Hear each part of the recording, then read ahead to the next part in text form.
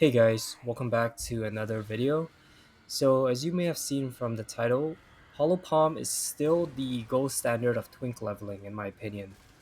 I know there's a lot of hype out there around Spectral Wolves and Envy, and I have tried that setup while leveling my Pathfinder, and I gotta say, it doesn't come close to the Twink package that Hollow Palm brings. I made a previous video sharing my leveling experience with Wolves and Envy, and so feel free to check that out. But TLDR, it falls off after Act 4 and it gets especially rough between Acts 8 to 10. Now, people will claim that you have to go minion nodes or poison, etc. And well, basically you have to because it doesn't work with the other setups. So while that is true, it still isn't the most optimal Twink leveling setup in my opinion. Now, what makes a Twink setup great is really just two things. One is you need consistent DPS throughout the campaign. So not just your early acts, where you, as you can see here, we're shredding the bosses, but it needs to scale through Act 10 by some way or another. Your defenses needs to be moderate to to be to keep you alive, but the goal is to really one shot most mobs and kill most bosses in a few seconds. Hollow Palm is scaling dexterity, which is very easy to get throughout the tree, and pathing is a lot easier as well. Whereas for the wolf setup, you have to focus on the wolf's damage completely, and you basically do no damage yourself. So you also require to get a penance mark ring in the later acts, or you really will do no damage. And also, if you are starting on the right side of the tree as a ranger or a trickster, you have basically an inefficient pathing because all the minion nodes are on the left side.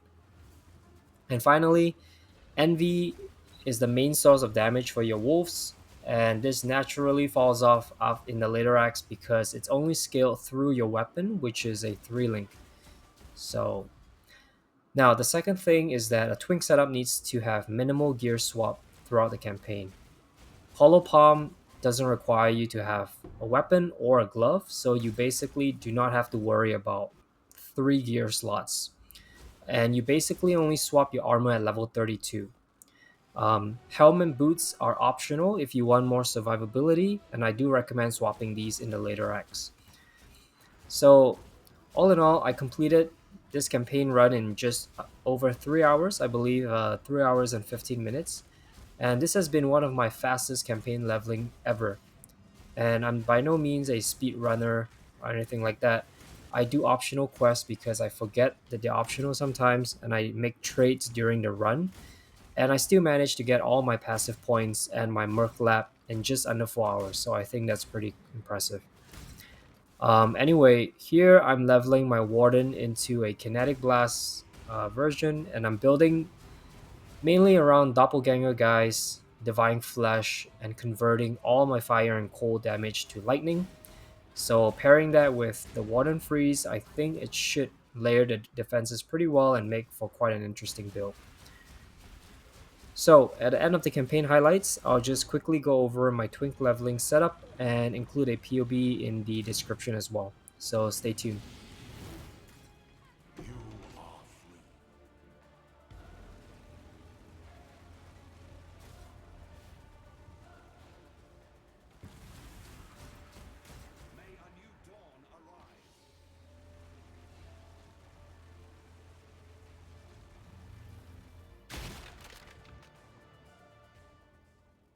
Now, after all this, can I finally be left alone? Alright, so just to go over the build really quickly, and I'll include a POB link in the description as well. Really quick, the gearing requirements are super simple.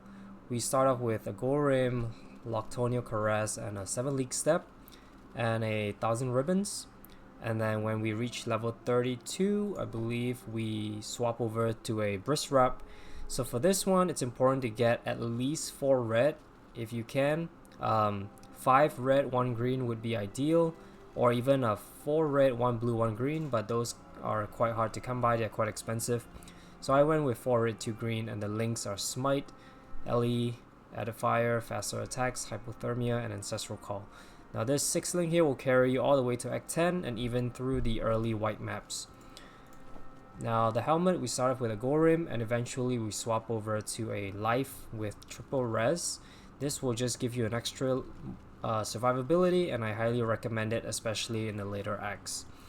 Astra Menace, bunch of nice attributes. Call of the Void is very underrated. I know a lot of people use it as well, and the reason it's so good is because with the Warden we are freezing everything for 2 seconds because of Oath of Winter. So it pairs really well with Call of the Void, and to counteract the damage chilling us, we obviously run Purity of Elements to cap our resistances as well. The other auras we're running is Herald of Ice for the nice pops, and Hatred, you have to fit that in later in the build, so it's not a priority, but it does give you a big damage boost. Lahoop of All, basically equipped it at level 24 all the way through the campaign.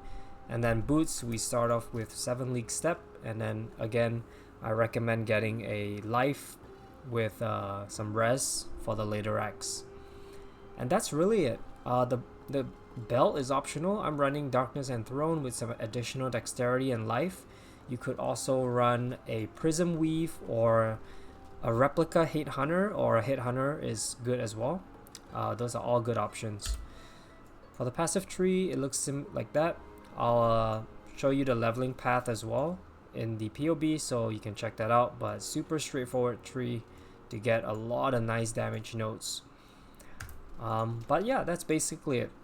It's a great setup because, as you can see here, there's very minimal gear swap. I did level from level 1 till about 15 with the wolves, and that's really the only time when it shines. That's really to get you all the way here to get your hollow palm, and once you have that, you can dump the wolves and just go full hollow palm. So yeah, hopefully this video helps you out. Let me know what you think in the comment section below. Bye.